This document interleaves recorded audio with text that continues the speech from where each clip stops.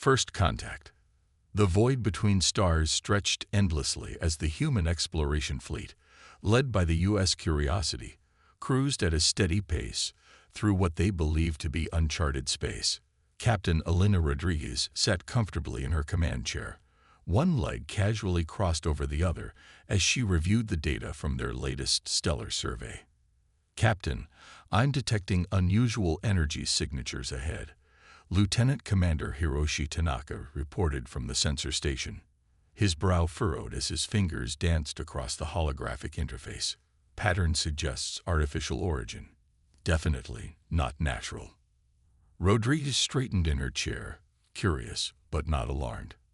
The Curiosity and its 5 companion vessels had encountered dozens of new species during their 3-year mission. First contact protocols were second nature by now. "Slow to 1/4 speed," she ordered. "Standard approach formation. Let's see what we've got." The human ships adjusted their formation with practiced ease, maintaining a non-threatening posture while ensuring mutual support. It was a dance they had performed many times before. What they didn't realize was that they had just crossed an invisible boundary, a border that stretched across 17 star systems, marking the outermost territory of the galactic hegemony, an empire spanning thousands of worlds that had never encountered humanity before. Deep within the command center of Border Station Xelgar 9, Supreme Commander Vexlor slammed his 4-fingered hand against the alert panel. Warning lights bathed the metallic chamber in pulsating crimson. "Unidentified vessels have penetrated our sovereign boundary," he bellowed, his crest of sensory tentacles flaring with alarm pheromones. "Deploy the 13th Border Fleet immediately." The station's crew, a mix of the dominant Solosian species and their various subject races, scrambled to obey. Within minutes, 20 sleek warships with predatory lines materialized from hyperspace, surrounding the human vessels in a perfect containment formation designed to intimidate and overwhelm.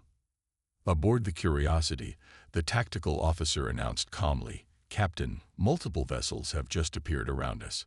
Appears to be some form of FTL technology different from our jump drives." Rodriguez nodded, taking a sip from her coffee mug. "Interesting. Open communications on all standard frequencies. Let's say hello." Before she could finish her coffee, the main view screen flickered to life. A tall, imposing figure with grayish-blue skin and an elaborate headdress denoting military rank glared at them. "Attention alien vessels. You have illegally entered the sovereign territory of the galactic hegemony, violating our borders and threatening our security." The translation matrix rendered the voice in standard English, but couldn't mask the tone of absolute authority, accustomed to instant obedience. "Power down your primitive drives and prepare to be boarded for inspection and possible detention."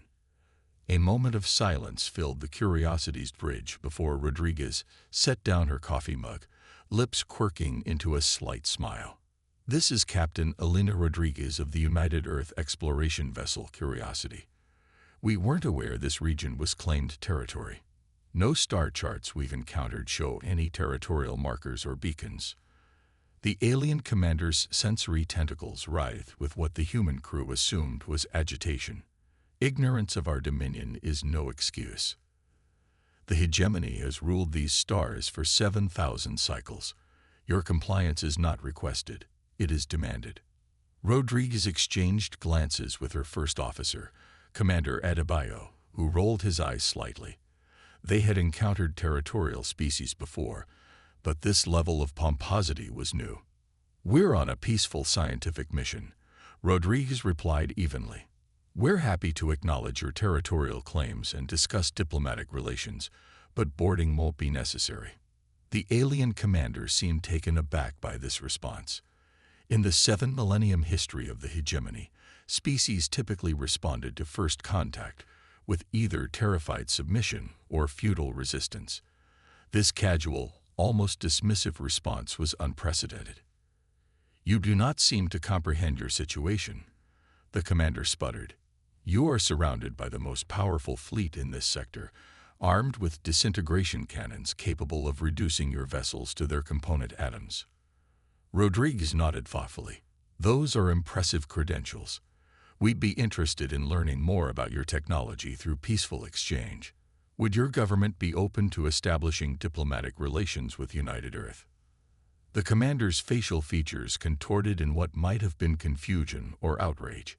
Human facial recognition software was still calibrating for this new species. Negotiations. You are in no position to negotiate. Scan their vessels.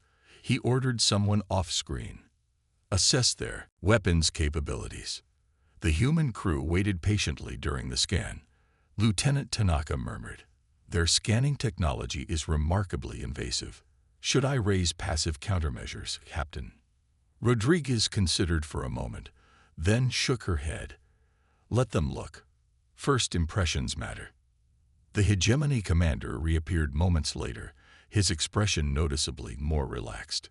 "Your vessels appear to contain minimal offensive capabilities. Your propulsion systems are quaint. We detect no significant shield technology." What the hegemony scans had failed to detect were the quantum state defensive systems that operated on principles their sensors couldn't comprehend, or the gravitational manipulation drives that didn't register as propulsion in their conventional understanding. "We're explorers, not conquerors," Rodriguez replied with a pleasant smile. "Now about those diplomatic relations. You will be escorted to Outpost Station Drelka 7 for processing and interrogation," the commander interrupted. "Any deviation from our escort's course will be considered hostile action and met with immediate force." Rodriguez sighed, her patience beginning to wear thin. "Commander, I understand you're following your protocols, but there's been a misunderstanding. We aren't subject to your laws, as we had no knowledge of your territory. We're willing to leave if our presence is unwelcome." The commander appeared stunned. "Leave? You do not have permission to leave. You will comply or face obliteration." Throughout the human fleet, crews watched the exchange with varying degrees of amusement. Aboard the science vessel Oppenheimer, the xenoanthropology team was recording everything, fascinated by this first encounter with a species that exhibited such extreme hierarchical and authoritarian characteristics. "Captain," Commander Adebayo whispered, "I believe we're dealing with a civilization that's been unchallenged for so long they've forgotten how to handle anything but complete deference." Rodriguez nodded slightly. "Let's try a different approach." She addressed the alien commander again. "We respect your position, Commander. Perhaps we could meet in person to discuss this situation more thoroughly. Our diplomatic team would be pleased to visit your station under mutually agreed terms." The suggestion of equal terms seemed to perplex the hegemony commander further. His sensory tentacles writhed as he consulted with advisors off-screen. Finally, he returned his attention to Rodriguez. "One of your vessels may approach Outpost Drelka 7. The rest will remain under our weapons lock. You have one standard rotation to comply." The transmission cut abruptly. Rodriguez leaned back in her chair. "Well, that was interesting. Thoughts, everyone?" Science Officer Tapila, a woman of Maori descent with a specialization in xenobiology, spoke first. Their biological responses indicate genuine confusion rather than diplomatic posturing. "I believe they truly cannot comprehend our reaction. Their technology is advanced in some areas, rudimentary in others," added Chief Engineer Montgomery. His Scottish accent became more pronounced as he grew excited. "Those ships have incredible power generation, but their application is inefficient. They're brute-forcing problems we solved with finesse a century ago." Rodriguez considered this information. "So we've stumbled upon a vast, ancient, technologically uneven empire with serious social rigidity issues. And they think we're primitives," Adebayo added with a grin. "Well," Rodriguez said, rising from her chair with a stretch, "I suppose we should give them a proper introduction to humanity. Contact the fleet. We'll send the Wellington as our diplomatic vessel, but I want contingency plans in place. Something tells me these folks aren't used to things not going their way." As the human ships maintained their position, Surrounded by the hegemony's intimidating but increasingly uncertain border fleet, neither side yet realized that this chance encounter would forever change the power dynamics of the galaxy. The humans saw a potential new trading partner with an attitude problem. The hegemony saw insignificant intruders who inexplicably weren't cowering in fear. Both assessments would prove woefully inadequate in the days to come. Technological misunderstandings. The diplomatic shuttle from the Wellington approached Outpost Drelka 7 with unhurried confidence. Inside, Ambassador Layla Mahmoud reviewed her notes one final time while her small team of diplomatic, scientific, and security personnel made their own preparations. "Remember," she told them, "we represent not just United Earth, but humanity as a whole. First impressions matter." Commander Jackson Chen, head of security, checked his ceremonial sidearm, the only weapon the hegemony had reluctantly permitted. "Do you think they'll try anything, Ambassador?" Mahmoud smiled. "I think they're too confused to have a coherent plan yet. That makes them unpredictable, but also gives us room to maneuver." The shuttle docked with a gentle thud, and the human delegation emerged into a cavernous hangar designed to intimidate. Towering ceilings, massive war machines on display, and hundreds of armed guards created an atmosphere of overwhelming military might. Waiting for them was Sub-Commander Tralvik, his gray-blue skin adorned with intricate rank markings. Flanking him were representatives of what appeared to be several subject species, all wearing uniforms that clearly indicated their subordinate status. "Welcome to Hegemony Space," Tralvik announced without warmth. "You will surrender all communication devices and follow our protocols exactly." Ambassador Mahmoud stepped forward with a practiced diplomatic smile. "Sub-Commander, I am Ambassador Layla Mahmoud of United Earth. We appreciate your hospitality, but as diplomatic representatives, we retain our secure communications under interstellar diplomatic norms." Tralvik's sensory tentacles twitched. "You are not in a position to quote norms to us, human. You will comply or return to your vessels, at which point the Hegemony Council will likely order your immediate destruction." Mahmoud's smile didn't waver. "Perhaps we're approaching this from the wrong angle. We come offering friendship and knowledge exchange. Surely that's worth bending a few protocols." The gathered hegemony officials murmured among themselves. One advisor whispered urgently to Tralvik, who reluctantly nodded. "You may keep your devices, but they will be monitored," he conceded. "Follow me to the interrogation." He paused, correcting himself. "To the diplomatic chambers." As the human delegation followed, they observed everything with keen interest. The station was a marvel of engineering in some respects, with gravity manipulation far beyond Earth's capabilities. Yet other aspects seemed oddly outdated.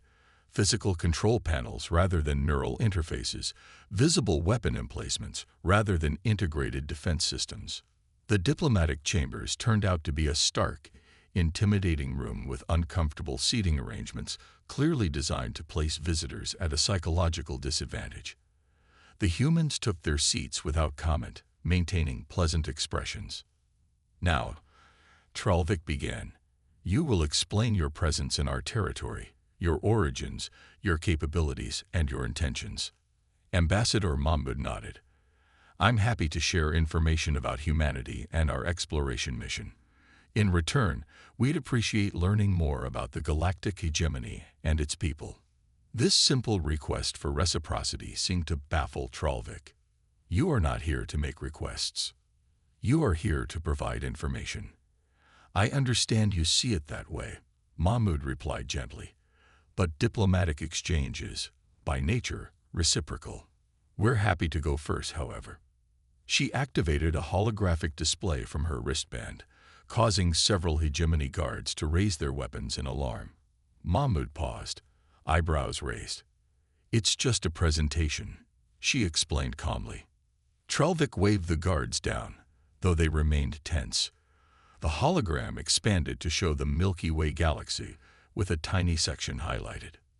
"This is human space," Mahmoud explained. 47 star systems with 18 colonized worlds, established over the past 2 centuries.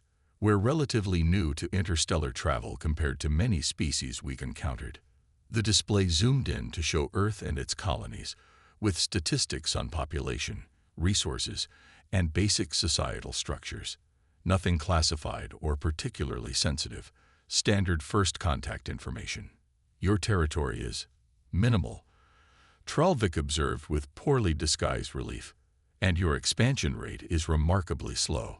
We prioritize thorough exploration and ecological integration over rapid colonization, Mahmoud explained. Quality over quantity, you might say. Throughout the presentation, the hegemony officials seemed increasingly relaxed. The humans were revealing a small, methodical civilization, hardly a threat to an empire spanning thousands of worlds. When Mahmoud finished, Trolvik's posture had visibly changed. Your cooperation is noted. You may now submit requests for permission to transit hegemony space, which the Council will consider in due course, perhaps within the next standard year. Dr. Emily Chen, the delegation's xenoanthropologist, leaned toward Mahmoud. They're operating from a position of assumed absolute superiority. They literally can't conceive of equal diplomatic relations. Mahmoud nodded slightly, then addressed Tralvik. While we appreciate the offer, a year is an impractical time frame. Perhaps we could discuss more immediate arrangements. Immediate. Tralvik sounded almost amused. The hegemony has ruled for 7 millennia through careful deliberation and proper hierarchical decision-making. Nothing happens immediately. At that moment, a junior officer burst into the room, his sensory tentacles flaring with alarm pheromones. He whispered urgently to Tralvik, whose expression shifted from annoyance to shock. "What do you mean, they're gone?" he demanded. The human delegation maintained neutral expressions as they pieced together the situation. Back at the standoff location, the hegemony fleet had apparently lost track of the human vessels they were supposedly containing.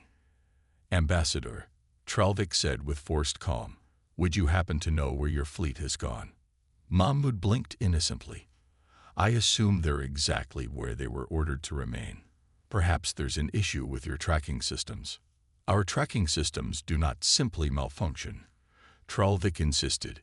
"Your primitive vessels cannot evade our sensors." As if on cue, Mahmoud's communication device chimed. "Excuse me," she said politely, answering the call. Captain Rodriguez's voice emerged from the device. "Ambassador, just checking in. We're still in position, but the hegemony ships seem agitated. Everything okay on your end?" "We're fine, Captain," Mahmoud replied, maintaining eye contact with the increasingly flustered Tralvik. "Apparently there's some confusion about your location." "That's odd," Rodriguez said. "We haven't moved. Their ships have been circling us for the past hour, scanning repeatedly. Want us to send a navigation beacon?"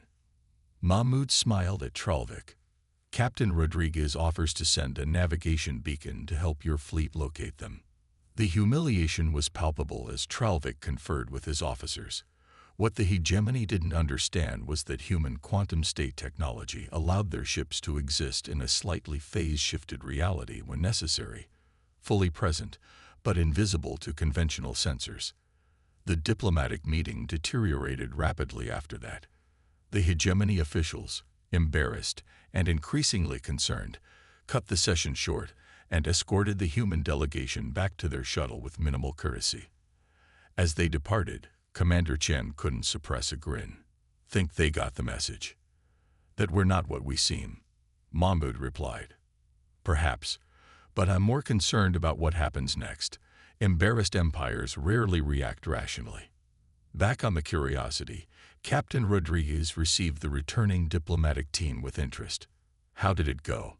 "About as expected," Mahmoud reported. "They're arrogant, hierarchical, and utterly convinced of their superiority. But they're also technologically inconsistent and inflexible in their thinking." Rodriguez nodded. "The question is whether they'll recognize those weaknesses before they do something rash." Her answer came sooner than expected. As the diplomatic shuttle docked, new alarms sounded throughout the human fleet. "Captain," Lieutenant Tanaka called out, multiple hyperspace signatures detected, much larger than the border fleet. The view screen activated automatically, showing the imposing sub-commander Tralvik once more. Human vessels, the hegemony has determined your deception and hostile intent.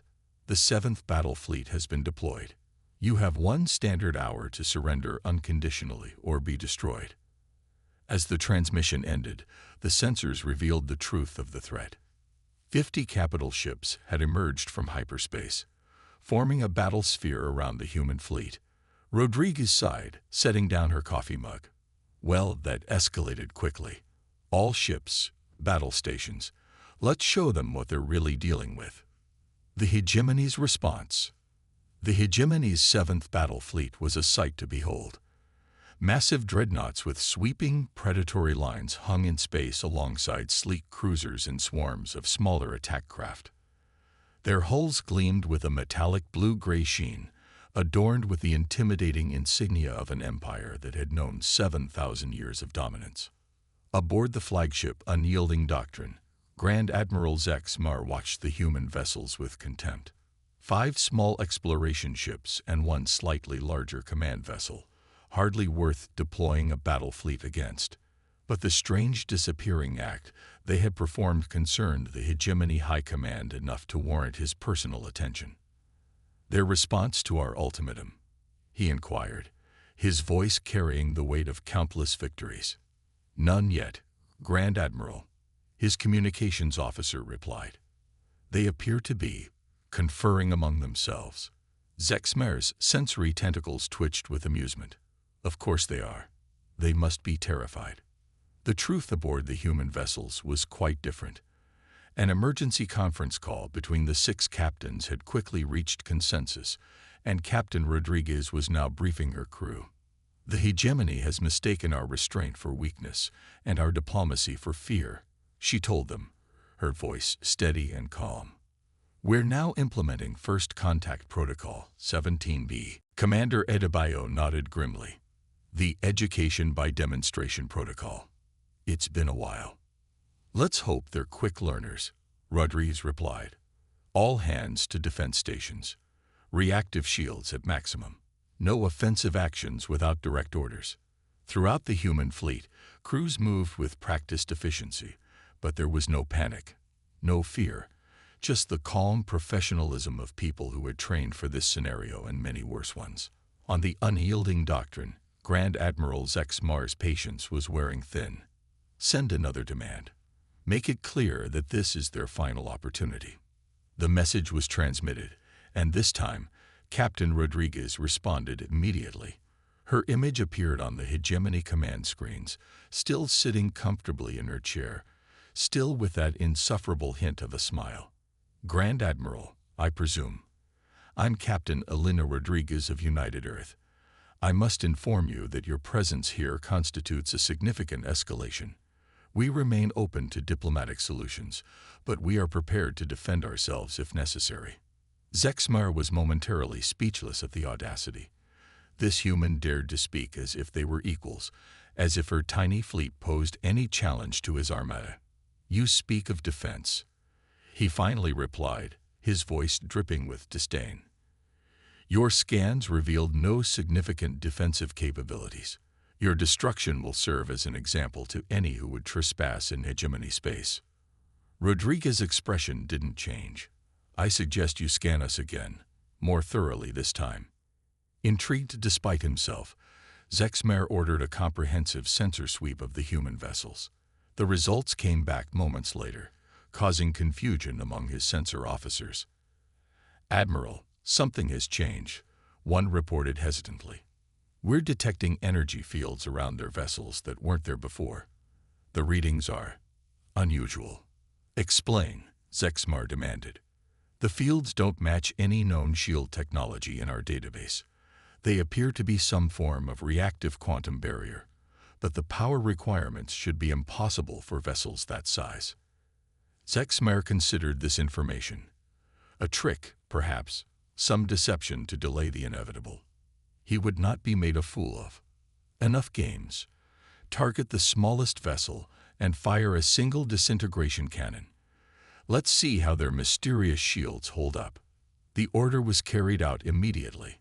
A brilliant beam of energy lanced out from one of the dreadnoughts, striking the science vessel Oppenheimer directly. The Hegemony crew watched expectantly, waiting for the satisfying sight of an enemy ship reduced to its component atoms. Instead, the beam seemed to warp around the Oppenheimer, the energy dissipating harmlessly into space. The vessel remained completely intact. Silence fell over the Hegemony bridge. "Impossible," someone whispered. Captain Rodriguez's voice came through once more, still infuriatingly calm. "I hope that was a demonstration, and not an actual attack, Admiral. Because if it was an attack, I would be obligated to respond in kind." Zexmar's rage built. "All ships target the lead vessel. Full barrage." Multiple beams of destructive energy converged on a Curiosity from different angles. The result was the same. The energy simply flowed around the ship like water around a stone, leaving it untouched. "As you can see, Admiral," Rodriguez continued, "further attacks would be pointless. Perhaps now would be a good time to reconsider diplomatic options." Zexmar slammed his fist against his command console. Launch fighters, all of them, overwhelmed their defenses with numbers. Hundreds of small attack craft poured from the Hegemony capital ships, swarming toward the human vessels like angry insects. They carried a variety of weapons, energy cannons, missiles, even some designed for ramming attacks. Aboard the Curiosity, Lieutenant Tanaka reported calmly, "Multiple small craft approaching, Captain. Their attack pattern suggests they're hoping to overwhelm our defensive capabilities through sheer numbers." Rodriguez nodded. "Activate point defense systems. Non-lethal dispersal pattern." From the human ships, barely visible pulses of gravitational distortion emanated outward. As they washed over the incoming Hegemony fighters, the small craft suddenly found themselves unable to maintain course. Their engines strained against invisible forces, pushing them gently but firmly away from their targets. Some pilots, more determined than others, pushed their engines to maximum, only to find their craft spinning helplessly as the conflicting forces overwhelmed their navigational systems. Not a single fighter managed to get within weapons range of the human vessels. On the unyielding Doctrine, Grand Admiral Zexmar watched in growing horror as his fleet's attacks proved completely ineffective. 7,000 years of Hegemony military supremacy counted for nothing against these 6 small vessels. "What are they?" he demanded of no one in particular. "How is this possible?" His tactical officer, visibly shaken, attempted an explanation. "Their technology operates on principles we don't understand, Admiral. It appears they can manipulate fundamental forces in ways our science thought impossible." Rodriguez's face appeared on screen again. "Admiral, this demonstration could continue, but I see no point in further embarrassment. You've deployed your most powerful weapons, and we haven't even needed to respond with force of our own. I suggest we both take a step back and reassess." The implied threat was clear. If these were merely defensive capabilities, what offensive technologies might these humans possess? Zexmar's mind raced. His entire career, his understanding of the galaxy, the very foundations of Hegemony power, all were being challenged by these newcomers who seemed utterly unimpressed by the military might that had subjugated thousands of worlds. "What do you want?" he finally asked, his voice having lost much of its imperious tone. "The same thing we wanted from the beginning," Rodriguez replied. "Peaceful contact, mutual respect, and open communication. We have no interest in your territory or resources. We merely wish to explore and learn." Zexmar's sensory tentacles writhed with conflicting emotions. Surrender was unthinkable, but continuing this one-sided battle was madness. "I will consult with the Hegemony High Command," he said finally. "Maintain your position." As the transmission ended, Rodriguez turned to her bridge crew. "Well, that went about as expected. Opinions?" "They'll be back," Commander Adebayo said confidently. "Their entire society is built on military dominance. They can't accept this outcome." "Agreed," said Science Officer Tapela. But the real question is whether they'll return with a diplomatic overture or an even larger fleet. Rodriguez smiled. Either way, I think it's time we invited them to dinner. Prepare a formal invitation to Admiral Zexmer and his senior staff. Let's see how they handle human hospitality. As the human fleet maintained its position, surrounded by the now uncertain hegemony armada, the balance of power in the galaxy was shifting in ways no one had anticipated. The hegemony, accustomed to inspiring fear, was for the first time experiencing it themselves. And the humans, typically cautious in their explorations, had inadvertently challenged an empire.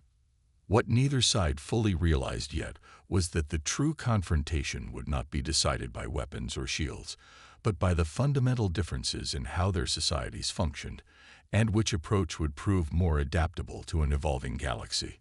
Cultural exchange and revelation. The formal dinner aboard the Curiosity was a study in contrasts.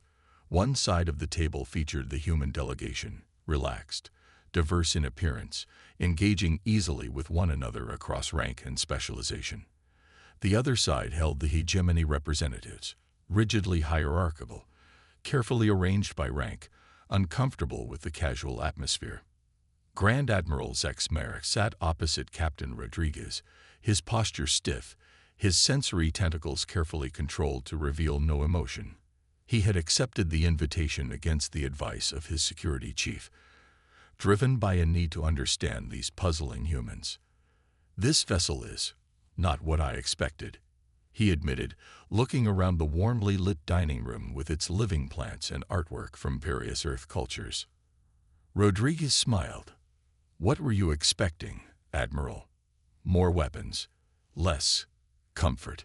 He gestured vaguely at the surroundings. "In hegemony vessels, all space serves a tactical purpose. We believe crew wellness is a tactical advantage," Rodriguez replied. "Happy, comfortable people make better decisions, especially under pressure." Zexmar's equivalent of an eyebrow raised slightly. An interesting theory, though not one the hegemony subscribes to. The meal progressed with carefully prepared dishes catering to both human and hegemony biology. Chef Martinez had worked with the xenobiology team to create foods that would not only be safe, but actually appealing to their guests' sensory systems. As the dinner continued, Captain Rodriguez guided the conversation toward cultural exchange. "Tell me, Admiral, how does governance work within the hegemony? How are decisions made?" Zexmar seemed surprised by the question. "It is quite simple. The Eternal Emperor issues directives to the High Council, who implement them through the hierarchical chain of command. Each species and world knows its place and function." "And how is the Emperor selected?" asked Ambassador Mahmoud. "Selected?" Zexmer appeared confused. "The Emperor is not selected. The position is hereditary within the Xolosian imperial line, as it has been for 7,000 years. The humans exchanged glances. Commander Adebayo asked the question they were all thinking. Has the hegemony's governance structure changed at all in those 7,000 years? "Why would it change?" replied Sub-Commander Tralvik, speaking up for the first time. "It functions perfectly." "Adaptability," Rodriguez said simply. "The universe is constantly changing. Governance must evolve to meet new challenges." "This explains much about your peculiar behavior," Zexmer said, his sensory tentacles betraying a hint of understanding. "Your society lacks proper structure. You operate without clear hierarchies." Dr. Chen, the xenoanthropologist, leaned forward with interest. "We have structures and hierarchies, Admiral, but they're flexible, contextual. Leadership shifts based on expertise and situation." The hegemony officials seemed troubled by this concept. One advisor whispered urgently to Zexmar, who nodded gravely. "Your society sounds chaotic," the Admiral said finally. "How do you maintain order without fixed authority?" Rodriguez smiled. "Through shared values and common purpose, rather than fear of punishment. We find it leads to more innovation and resilience." Throughout the dinner, the cultural divide became increasingly apparent. The hegemony operated on principles of rigid hierarchy, unquestioning obedience, and technological stagnation masked as stability. Humanity, in contrast, valued adaptability, collaborative problem-solving, and constant technological evolution. When dessert was served, a particularly successful adaptation of an Earth chocolate soufflé that the hegemony representatives found surprisingly delightful, Zexmar finally addressed the topic that had been hanging over the gathering. "Your defensive capabilities are impressive," he admitted. "The hegemony would be interested in acquiring this technology." Rodriguez's expression remained pleasant. "I'm afraid that wouldn't be possible, Admiral. Our quantum barrier technology is integrated with our ethical frameworks. It's designed to be defensive only, and the underlying principles require certain philosophical alignments to implement properly." This was not entirely accurate. The technology itself was neutral, but Rodriguez had no intention of providing weapons technology to an empire built on subjugation. Zexmar's sensory tentacles twitched with what the humans now recognize as frustration. "You refuse to share knowledge." "Not at all," Rodriguez countered smoothly. "We'd be happy to share cultural, artistic, medical, and many other forms of knowledge. We simply don't share weapons technology during initial diplomatic contacts. Surely you understand." The dinner concluded with superficial pleasantries, but both sides recognized the fundamental tension remained unresolved. As the hegemony delegation prepared to depart, Ambassador Mahmoud presented them with data crystals containing Earth literature, music, and basic historical records, carefully curated to emphasize human values without revealing strategic information. "A token of our desire for peaceful relations," she explained. After the hegemony officials had returned to their flagship, the human leadership gathered in the Curiosity's conference room to debrief. "They're going to report back to their High Council," Mahmoud predicted. "This first direct cultural exchange will shape their entire approach moving forward." "They seem genuinely disturbed by our social structures," Dr. Chen observed, "or rather, by our lack of rigid ones." Rodriguez nodded thoughtfully. "I suspect that's the real reason their technology is so uneven. Innovation requires questioning, experimentation, occasional failure, all things their hierarchy discourages. The question is," Commander Adebayo said, "what happens next? Do they try another military approach, knowing it's futile, or something else entirely?" They didn't have to wait long for an answer. Within hours, a new transmission arrived from the unyielding doctrine. "Captain Rodriguez," Grand Admiral Zexmar began, his tone formally neutral. "The Hegemony High Council has taken direct interest in our encounter. A diplomatic envoy from the Imperial Court will arrive within 3 standard days to assess the situation. Until then, a non-aggression agreement is proposed." Rodriguez accepted immediately, recognizing the significance. For the hegemony, accustomed to demanding rather than negotiating, this represented an unprecedented shift. As the human fleet and the hegemony armada maintained their uneasy coexistence, something unexpected began to happen. Junior officers from both sides, curious about their counterparts, initiated unofficial communications. Despite attempts by Hegemony Command to control these interactions, the conversations proliferated. Human literature, music, and philosophy began circulating among the Hegemony crews. Questions arose, cautious at first, then increasingly direct, about human society, about choice, about the possibility of life without rigid castes and hierarchies. Aboard the unyielding doctrine, Grand Admiral Zexmar received disturbing reports of these unauthorized exchanges. More disturbing still was his own growing fascination with human governance concepts. The data crystals Ambassador Mahmoud had provided included historical accounts of human societies evolving from autocracies to various forms of representative governance. A new galactic order. The arrival of the Imperial diplomatic envoy was a spectacle designed to impress. 3 massive vessels emerged from hyperspace, their hulls adorned with elaborate ceremonial markings that gleamed with precious metals and rare minerals. The central ship, the Imperial Will, dwarfed even Grand Admiral Zexmar's flagship. Captain Rodriguez watched the display from the Curiosity's bridge, sipping her ever-present coffee. They certainly know how to make an entrance. Shock and awe. Commander Adebayo observed. When your authority depends on perception rather than substance, appearances matter. The initial communication from the Imperial Will was not a request but a command. Captain Rodriguez and her senior staff were to present themselves immediately to receive the words of High Chancellor Dravkor, voice of the Eternal Emperor. Rodriguez's response was characteristically measured. Please inform the High Chancellor that we would be delighted to meet. As a gesture of diplomatic equality, we propose a neutral location, perhaps a temporary structure established between our vessels. This suggestion caused palpable consternation among the hegemony officials. In 7 millennia of expansion, no one had ever suggested that a meeting with Imperial representatives should occur anywhere but on Imperial territory. After hours of increasingly frantic consultation, a compromise was reached. The meeting would take place aboard one of the human ships, but the High Chancellor would bring his own security detail and environmental systems. The Wellington was chosen as the meeting site, its spacious diplomatic hall reconfigured to accommodate both human and hegemony protocols. Captain Rodriguez arrived with Ambassador Mahmoud and a small team. They waited calmly as the elaborate procession of hegemony officials entered, layers of protocol officers, security personnel, environmental technicians, and ceremonial attendants preceding the actual diplomats. High Chancellor Dravkor finally appeared, a tall, imposing figure whose elaborate robe of office seemed designed to make movement as difficult as possible.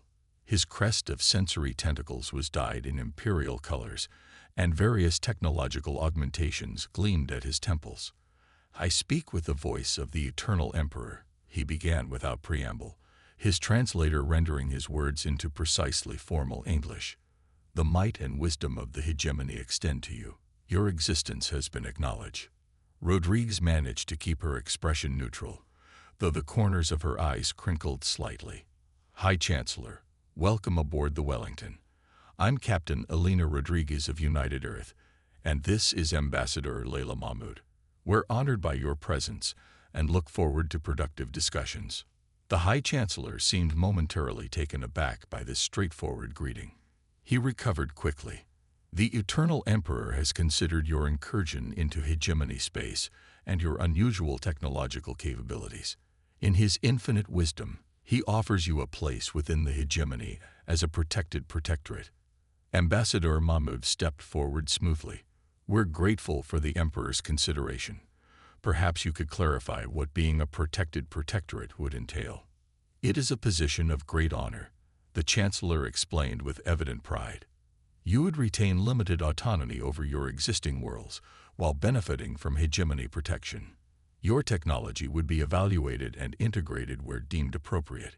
Your population would be classified and assigned appropriate roles within the greater hegemony structure. The humans exchanged glances.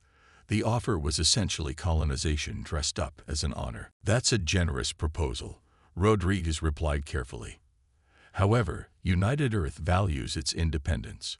We'd prefer to establish diplomatic and trade relations as equal partners rather than as subjects. Chancellor Dravkor's sensory tentacles writhed with what the humans now recognized as indignation. Equal? The hegemony has ruled for 7,000 years. Your civilization is barely out of its planetary cradle. Age doesn't necessarily equate to advancement, Mahmoud pointed out gently. Different paths of development lead to different strengths. We believe our societies could learn much from each other as equals. The hegemony delegation seemed genuinely unable to process this concept. The idea that any civilization could be considered equal to the hegemony contradicted the fundamental principles upon which their entire society was built. As the diplomatic discussions continued over several days, a pattern emerged. The hegemony representatives, accustomed to dictating terms, found themselves increasingly frustrated by human negotiation tactics. The humans remained unfailingly polite, but completely unwilling to accept a subordinate status. Meanwhile, something unexpected was happening throughout the hegemony fleet. The unofficial communications between junior officers had evolved into something more significant. Human cultural materials, literature, music, philosophical treatises were being circulated widely, despite increasingly desperate attempts by hegemony leadership to suppress them. Aboard the Imperial Will, High Chancellor Dravkor received disturbing reports of growing unrest. Lower-ranked officers were questioning orders. Subject species representatives were requesting audience, not to petition for favors, as was traditional, but to ask pointed questions about hegemony governance structures. Most alarming of all, some of the Exolosian officers, members of the dominant species, were beginning to question the necessity of the rigid caste system that had defined their society for millennia. On the fifth day of negotiations, a crisis point was reached. A delegation of subject species representatives from the hegemony fleet requested asylum aboard the human vessels. Their petition, transmitted simultaneously to hegemony leadership and human command, laid out grievances accumulated over centuries of second-class status within the Empire. High Chancellor Dravkor demanded the immediate return of these traitors. Captain Rodriguez, after consulting with Earth Command via quantum communication, declined. These individuals have requested protection under United Earth refugee protocols, she explained. Our laws require that their petition be properly evaluated. They are hegemony subjects. The Chancellor thundered. They have no right to petition anyone. Rodriguez's expression hardened slightly. Chancellor, in human space, all sentient beings have inherent rights. That's a foundational principle we cannot compromise on. The diplomatic meeting dissolved into chaos. The Chancellor and his entourage returned to the Imperial Will, transmitting ominous threats about consequences for human defiance. Within hours, the hegemony fleet began battle preparations.